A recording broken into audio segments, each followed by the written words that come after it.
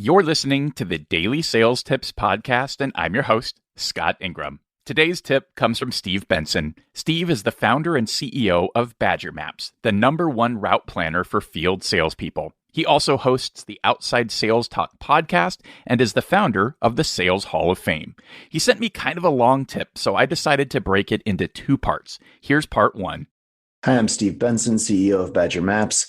Today I'm going to talk a bit about the actions sales managers need to take in a recession and some of the challenges and solutions that sales reps selling into a recession can experience.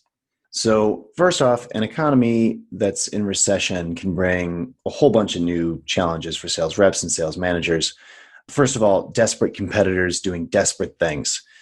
A lot of companies are really hurting and they're really willing to do things they would never have done before. So things like deep discounting, liquidating their inventory to make ends meet, giving away free consulting or other low-cost but valuable things that are all structured to be given away to steal your customers away from you.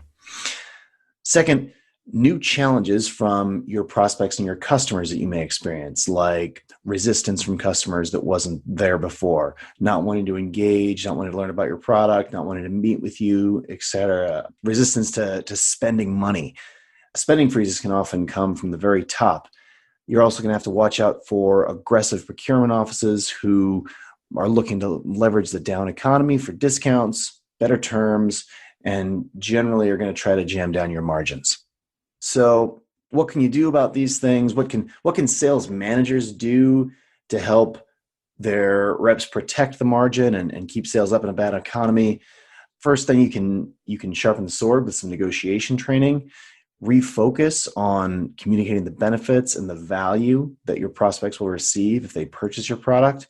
Make sure that the value is really understandable in terms of the actual dollars that your customer will get to keep or will make in addition if they purchase your product or service.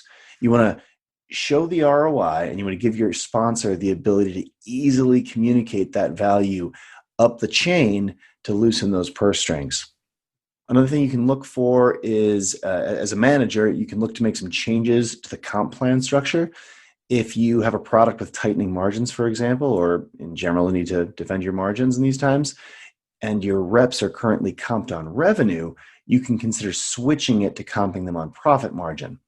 The reason you do this is that, for example, if your profit margins are 30% and your rep gives away a 15% discount, you actually need 2 deals of that original size to be worth as much as the deal would have been at full price.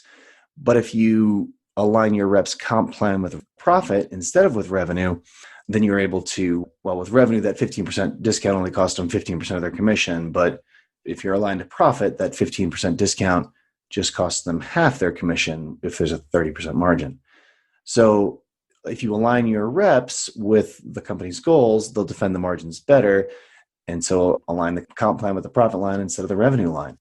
I'll have part 2 of Steve's tip next week, so make sure you're subscribed to the podcast so you don't miss that. And for links to Steve's LinkedIn profile, Badger Maps, the Outside Sales Talk podcast, and the Sales Hall of Fame, just click over to DailySales.Tips/765. And finally, for those of you who've been following my Texas disaster saga, we finally got running water back late Sunday morning. We still have to boil our water, but it turns out being able to take showers and flush toilets is a big deal. Anyway, be sure to come back tomorrow for another great sales tip. Thanks for listening.